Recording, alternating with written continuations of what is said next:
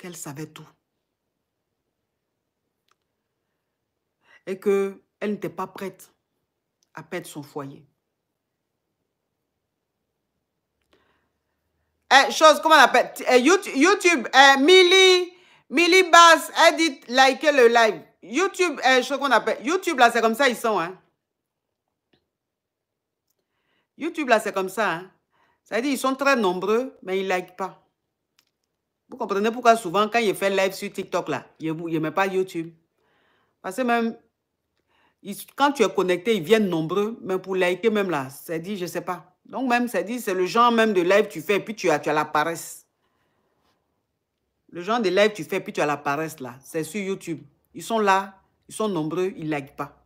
Mais quand même, c'est eux, ils regardent tes choses. Donc, ça fait que YouTube même... Bon, anyway, tant qu'à faire. Elle était posée. Elle était très posée quand elle l'a appelée. Elle n'était pas agressive et tout. Mais elle lui a dit simplement, avec fermeté, que je ne vais pas perdre mon foyer. Je ne vais pas perdre ma famille. Tu vas pas gâcher vous n'allez pas gâcher ma famille. Je ne vais pas perdre mon mariage. Je ne sais pas qui vous êtes, mais arrangez-vous pour partir de la vie de mon mari. En tout cas, elle lui a parlé calmement. Et elle dit que quand la femme du monsieur l'a appelée, elle n'a pas dit un mot.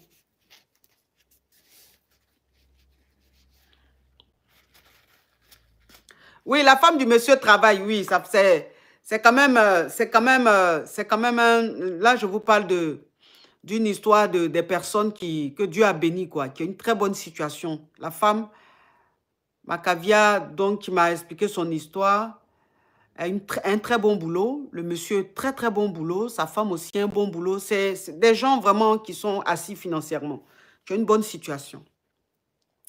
Donc, elle dit qu'elle n'a pas dit un mot. Elle dit qu'elle n'a pas dit un mot. Elle n'a même pas branché. Quand la femme du monsieur a fini, elle a raccroché. Donc, elle dit quand la femme du monsieur l'a appelée, elle s'est dit qu'elle ne va pas gâcher la famille des gens, qu'elle ne va pas aller bousiller le mariage de la femme. Voilà comment elle a décidé de quitter l'homme marié. Elle a décidé de quitter l'homme marié, de partir de la relation. Donc, quand l'homme marié est venu la voir, elle lui a dit qu'elle ne souhaitait plus continuer la relation avec lui.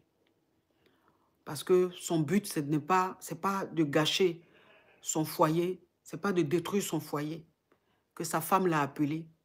Et comment sa femme lui a parlé, vraiment, elle souhaiterait que la relation prenne fin. Mais ils ont un enfant, il peut venir voir son enfant, il peut s'occuper de son enfant. Son droit de père, en tout cas, il n'y a pas de problème, il peut jouer son droit de père. Mais pour dire qu'ils vont être ensemble encore, elle préfère que ça s'arrête.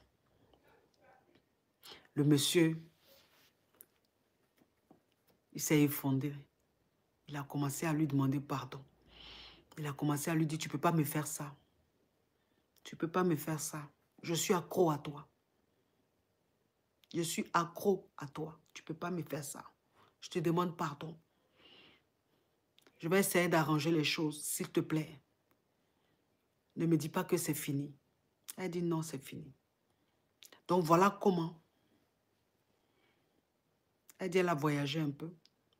Elle a pris quelques jours. Attends, il a bloqué ça. Il a bloqué l'excrément. Les modos même de TikTok là, je ne sais pas. Mais les gens écrivent les messages spam. Je ne sais pas si vous voyez. Et c'est comme ça. Elle était tellement mal de la décision qu'elle avait prise qu'elle a pris quelques jours à son travail. Et puis elle a voyagé un peu. Pour changer un peu d'air. Elle a voyagé un peu avec son enfant. Mais elle dit qu'elle a voyagé. Le monsieur n'arrêtait pas de l'appeler. Il n'arrêtait pas de l'appeler. Il envoyait des messages et tout. Mais elle ne répondait pas. Elle dit que c'était pénible, c'était difficile. Mais elle ne pouvait pas. reprendre avec le monsieur. Et c'est comme ça, elle est rentrée de son voyage. Dans son gourmet, elle a essayé d'avoir un quotidien normal. Elle allait au travail, elle allait faire son sport, elle vivait sa petite life sans le monsieur. En tout cas, elle était décidée. Et le monsieur était mal. Le monsieur était malade. Le monsieur était malade.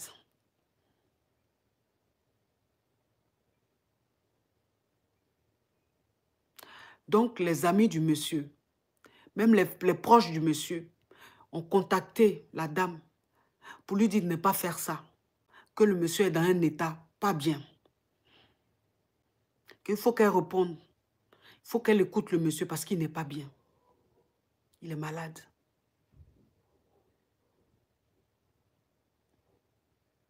Elle a dit qu'elle aussi, elle souffrait. Mais que c'était une décision qu'elle avait prise. Qu'elle ne pouvait pas revenir sur sa décision.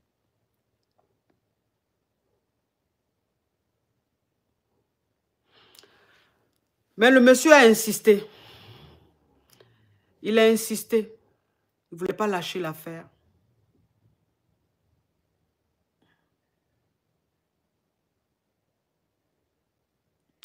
Et elle dit, quand elle a décidé de lui parler, elle lui a dit, écoute, moi je ne peux plus rester dans cette position-là, c'est-à-dire cette position de Kiza. Je ne peux plus, je ne peux pas. Donc, c'est à toi de voir. Si tu veux qu'on reprenne, tu divorces. Si tu divorces, je peux reprendre avec toi. Mais si tu restes marié, je ne peux pas reprendre avec toi. Et le monsieur lui a dit qu'il était prêt à tout pour rester avec elle. Parce qu'il l'aimait vraiment. Elle lui a dit, c'est la seule condition. En tout cas, je ne peux plus être dans la position de Kiza. Ça là, je ne veux pas. C'est vrai, je fais quelque chose qui n'est pas bien. Je suis sortie avec toi alors que tu t'es mariée. Mais où c'est arrivé, où ta femme m'a appelé là? Moi, je ne veux plus être Kiza. Donc, soit tu divorces, on reste ensemble, soit tu restes marié et tu m'oublies.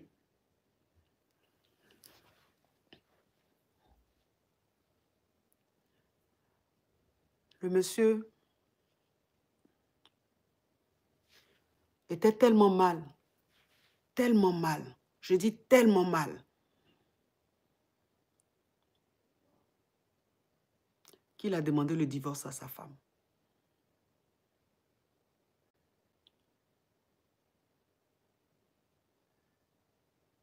Il a demandé le divorce à sa femme.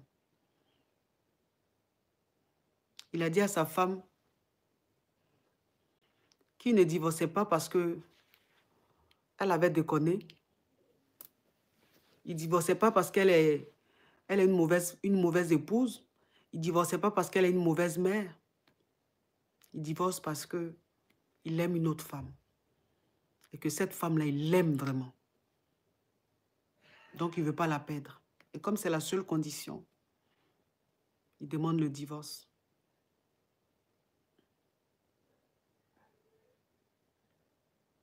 La femme ne voulait pas.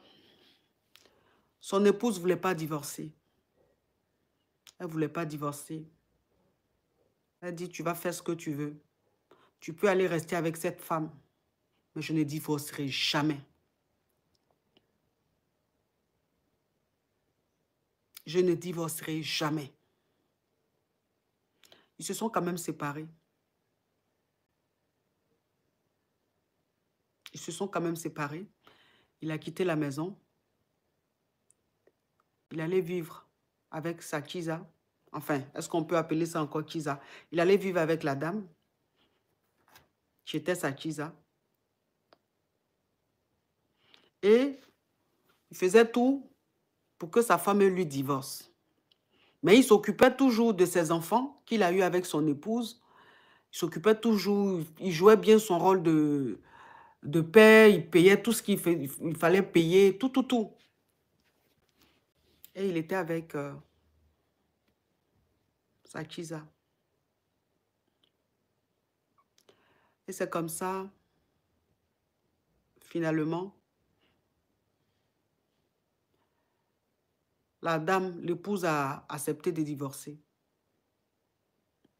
L'épouse a accepté de divorcer parce que il était avec l'autre. Ils vivaient leur vie tranquille. Elle est restée mariée. Peut-être elle trouvait qu'elle aussi, elle perdait son temps. Que peut-être qu'il fallait qu'elle divorce. Pour elle aussi, bon, passer à autre chose que de rester mariée alors que ton mari est en train de vivre sa vie de louga avec une autre femme là-bas. Donc, elle a accepté. Elle a accepté de divorcer. Ils ont divorcé. Et il était maintenant célibataire. Il est resté avec l'autre femme, son ancienne Chiza, parce qu'on ne peut plus l'appeler Chiza. Et des mois après le divorce, quand le divorce a été prononcé et tout, des mois après, il a épousé sa Chiza.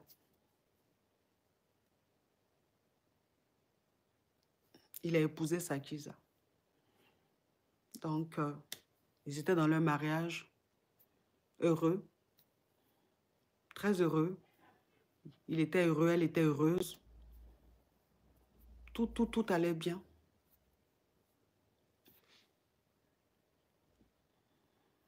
Et la femme du monsieur qui a divorcé avec le monsieur, elle n'a pas accepté le divorce. C'est dit, son corps n'acceptait pas. Son cerveau, son corps rejetait le divorce. Bien vrai qu'elle était divorcée avec le monsieur, mais elle était dans le déni. En fait, elle n'acceptait pas ce divorce-là. Elle ne croyait pas que c'est sa famille qui était déchirée comme ça, qu'elle n'était plus mariée avec cet homme-là. Son corps n'acceptait pas. Donc, je ne sais pas si c'est le stress, la tristesse ou quoi. La dame ne se sentait pas bien. En tout cas, elle avait des petits soucis de santé, des petits soucis de santé à chaque fois. Mais ça revenait à chaque fois, tout le temps malade. Donc, elle a été à l'hôpital et ils ont fait des examens et tout, voilà, des analyses, plein de choses parce qu'elle était très souvent malade. Et malheureusement, elle a été diagnostiquée d'un cancer.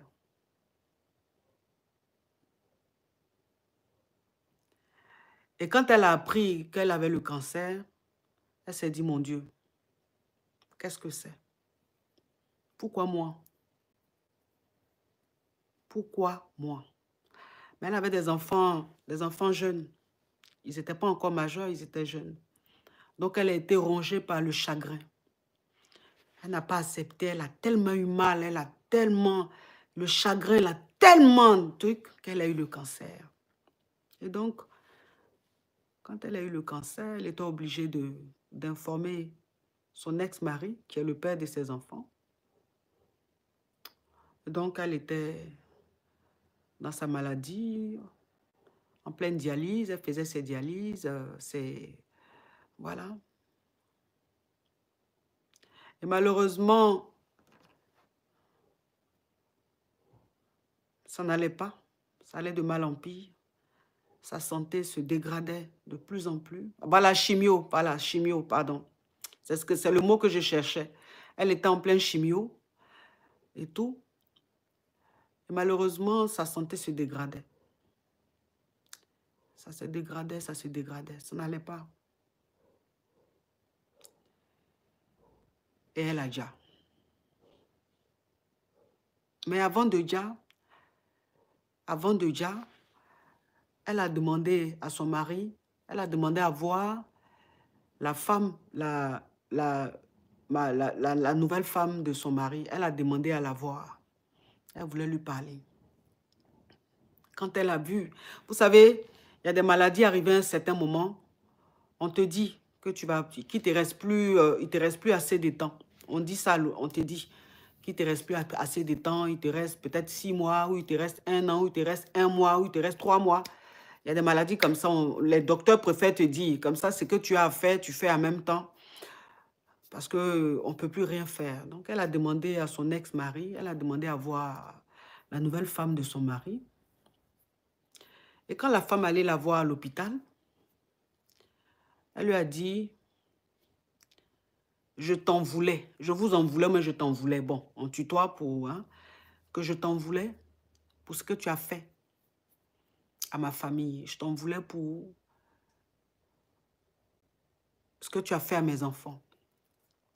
Mais malheureusement, je suis malade et il ne me reste plus assez de temps. Mais j'ai des enfants et mes enfants seront avec leur père. Naturellement, si elle n'est plus là, les enfants vont rester avec leur père. Mes enfants seront avec leur père. Je te les confie. Je te les confie. Donc, elle dit, elle est restée avec la dame. Elle a écouté la dame. Et tout. La dame lui a confié ses enfants. Prends soin d'eux. Prends soin de mes enfants. Prends soin d'eux. Et elle a promis à la dame de prendre soin de ses enfants. Et voilà comment la dame est partie quelques semaines après. Dieu l'a emportée.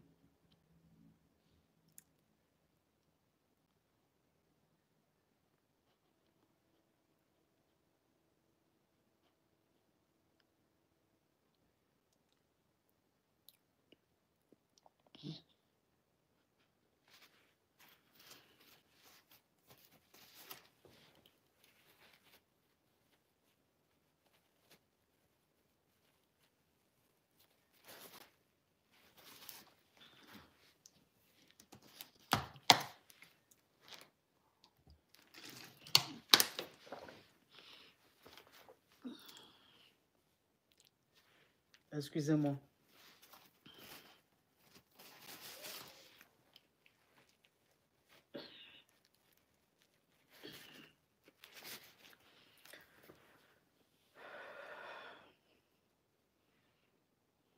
Dieu l'a emportée. Elle est partie.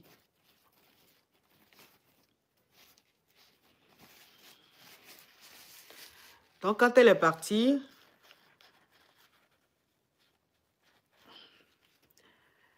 les funérailles se sont bien passées. Les funérailles se sont bien passées. Après, le monsieur a récupéré ses enfants. Donc, les enfants sont allés vivre avec le monsieur et sa nouvelle femme. Elle dit que vraiment, elle dit qu'elle a promis à la femme de prendre soin des enfants. Donc, quand les enfants sont venus vivre avec eux, elle s'occupait des enfants. Elle traitait les enfants de la dame comme elle-même, ses enfants. Parce que après, elle a eu 1 ou 2 enfants avec son mari. En plus de l'enfant qu'elle a eu quand elle était Kisa, quand ils se sont mariés, elle a eu 2 autres enfants avec le monsieur. Donc, elle dit, elle traitait les enfants de la dame comme elle, ses enfants. C'est-à-dire, il n'y avait pas de différence. Elle prenait soin des enfants. C'était vraiment, il n'y avait pas de différence dans la maison. Mais elle dit, le djali de la femme là, que la femme a déjà, mais c'est comme si en fait, la femme était partie, mais que la souffrance de la femme, elle lui avait laissé ça. Comme si la souffrance de la femme là, comme si elle lui avait, je ne sais pas comment vous expliquer pour que vous puissiez comprendre quoi. J'ai eu le mot, mais c'est parti. Ça dit, la souffrance, de la façon la femme Voilà, décharger, voilà, décharger. C'est-à-dire, elle a déchargé la souffrance. C'est-à-dire, c'est la souffrance de la femme là. C'est elle maintenant, la souffrance est venue en elle. C'est chez elle la souffrance est venue. C'est-à-dire, depuis la femme a déjà, c'est comme si la femme, elle avait déporté. Vous voyez, elle avait déporté sa souffrance. Elle dit, elle ne s'est plus retrouvée émotionnellement, mentalement. Elle ne sait pas pourquoi. Ce n'est pas que son mari avait changé. Ce n'est pas que son mari la traitait mal. C'est pas que... Mais elle n'était plus heureuse. Elle était malheureuse. Sa vie était devenue triste. Tout était devenu fade. Elle avait sa famille, tout était bien. Elle avait réussi sa vie professionnelle. Son mari avait réussi sa vie professionnelle. Il ne manquait de rien. Mais elle était malheureuse. Elle n'a plus retrouvé sa joie de vivre. Elle n'a plus retrouvé sa bonne humeur. Elle n'a plus. Voilà, ça doit être les remords. Voilà, ça doit être la remords, la culpabilité, exactement. Ça doit être peut-être ça. Mais dit, elle n'a plus été heureuse. Et le monsieur,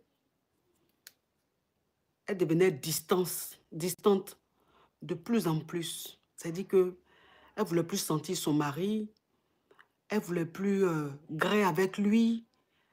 C'est-à-dire, c'est comme si tu as rêvé d'avoir quelque chose, tu as ça maintenant, la chose à toi, et puis tu ne veux plus. Tu ne veux plus. C'était comme ça. Elle ne voulait plus sentir le monsieur. Elle n'était plus bien. Elle n'était plus bien.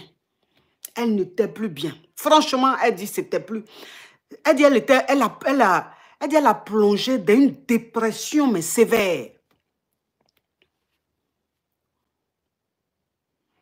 Elle a plongé dans une dépression sévère.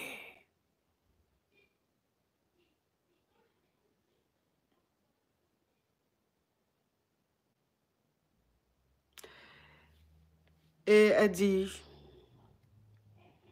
elle voyait un psy. Elle voyait un psy parce que elle pouvait plus rester comme ça. Donc, elle était suivie par un psy. Mais malgré ça, elle ne voulait plus de ce mariage. Elle ne voulait plus de ce mariage. Donc, elle a fini par demander le divorce.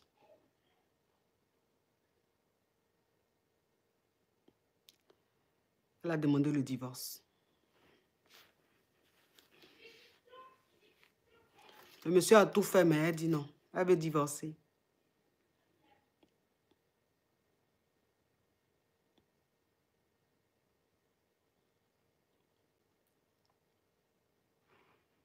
Et elle a divorcé avec le monsieur.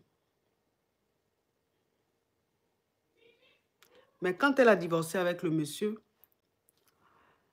elle dit elle a demandé à son mari d'avoir la garde des enfants du monsieur, c'est-à-dire les enfants de la dame. Elle dit elle a demandé à ce que le monsieur lui laisse les enfants pour qu'elle s'occupe des enfants. Parce que elle avait promis à leur mère de prendre soin d'eux. Mais elle ne pouvait pas rester dans le foyer. C'est-à-dire qu'elle ne pouvait plus rester l'épouse du monsieur. Mais elle était... C'était comme une promesse qu'il fallait qu'elle tienne, s'occuper des enfants.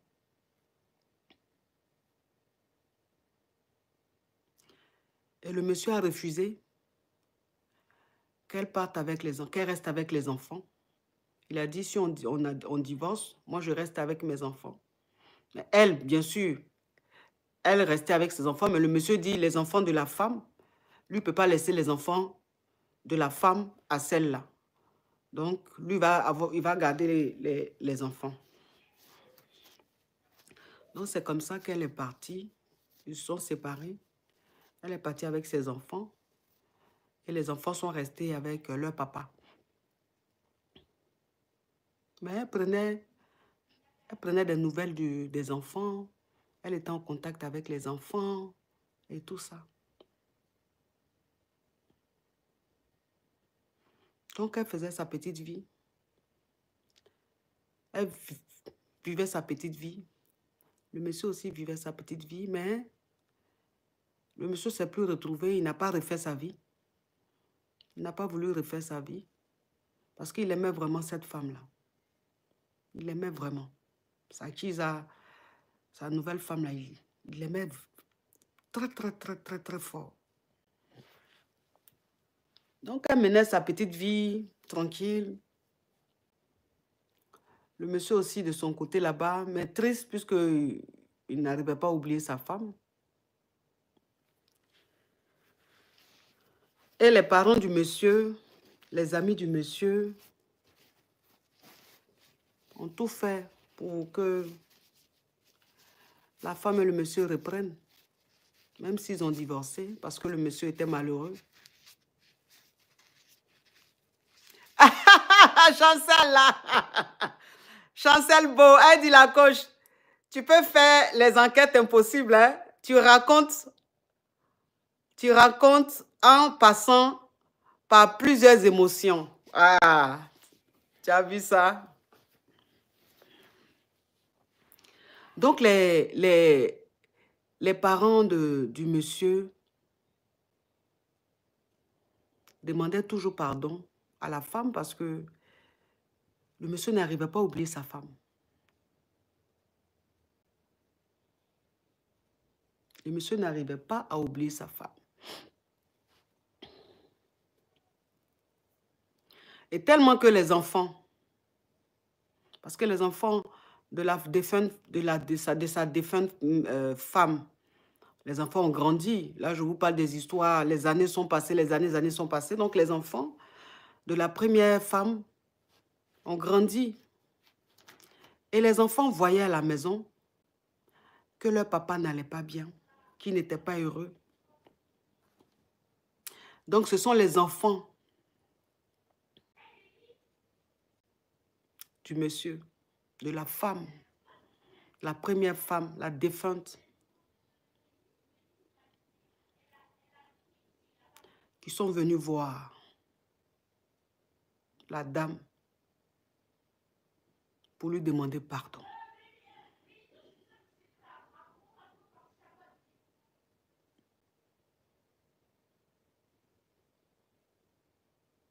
Pour lui demander pardon.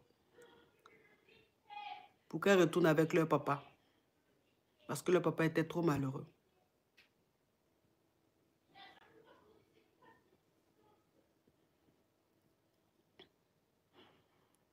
Elle a dit qu'elle ne voulait pas.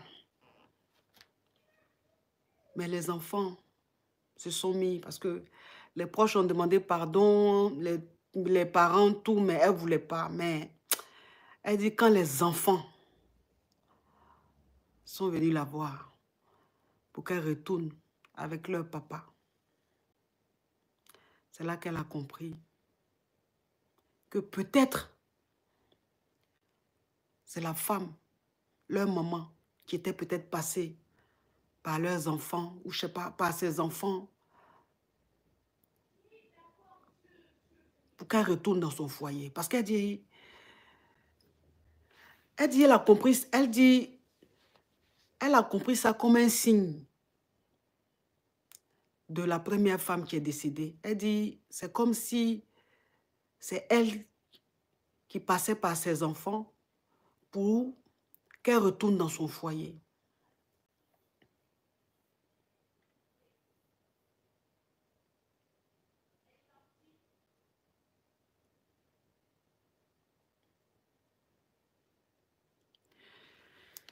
Et elle dit qu'elle elle est retournée avec son homme, son mari, son ex-mari qui est redevenu son mari. Donc, elle est retournée avec lui.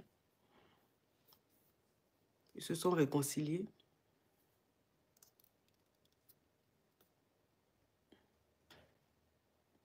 Donc, elle a repris avec les enfants, le monsieur.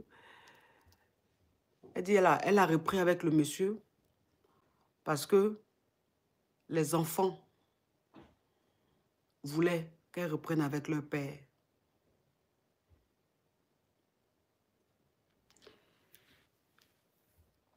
Et aujourd'hui où je vous parle,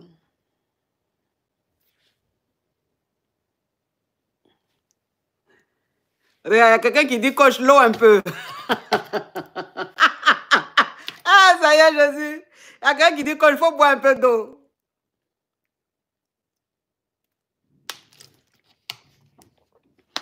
Il y a quelqu'un qui dit qu'il faut boire un peu d'eau. Yeah! On peut être dans le truc comme ça, dans l'histoire comme ça, jusqu'à savoir que ma gorge a séché. Je dois boire un peu d'eau.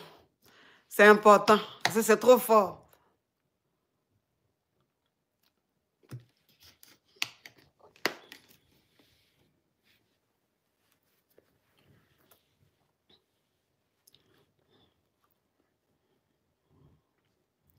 Donc, elle est retournée avec son mari. Tout se passait bien. Tout était redevenu normal.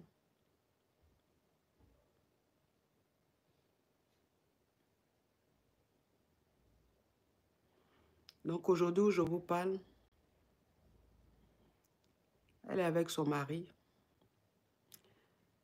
avec les enfants. Ceux qui ont grandi, sont partis. Et tout se passe bien. Elle a dit que quand le premier fils de la femme devait se marier, c'est elle qui était...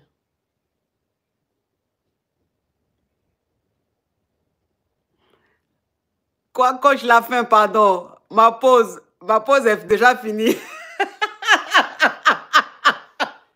Ah, ça y est, Jésus. Vous êtes quelque chose.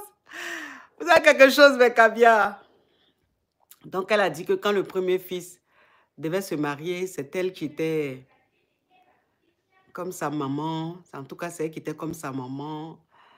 Elle et les enfants. Tout était bien. Il n'y a pas eu de problème. Les enfants l'appellent maman, l'appellent maman. Et que bon, tout va bien. Aujourd'hui, elle est avec le monsieur. Tout va bien. Bon, il a pris un peu de l'âge, hein, mais tout va bien. Les enfants, il y en a qui ont grandi, qui sont partis de la maison. Il y en a qui sont encore là. Et que elle n'a jamais voulu.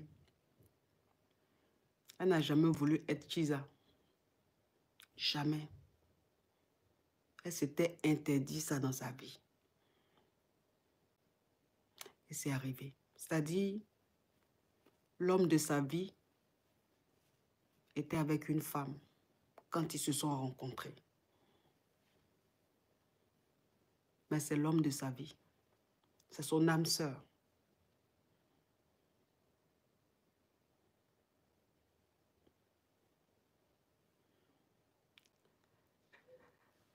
Mais accélère, pardon. Accélérer. Non, franchement. Donc, c'est ça. C'est ça. C'est la fin de l'histoire. Aujourd'hui, ils sont toujours mariés.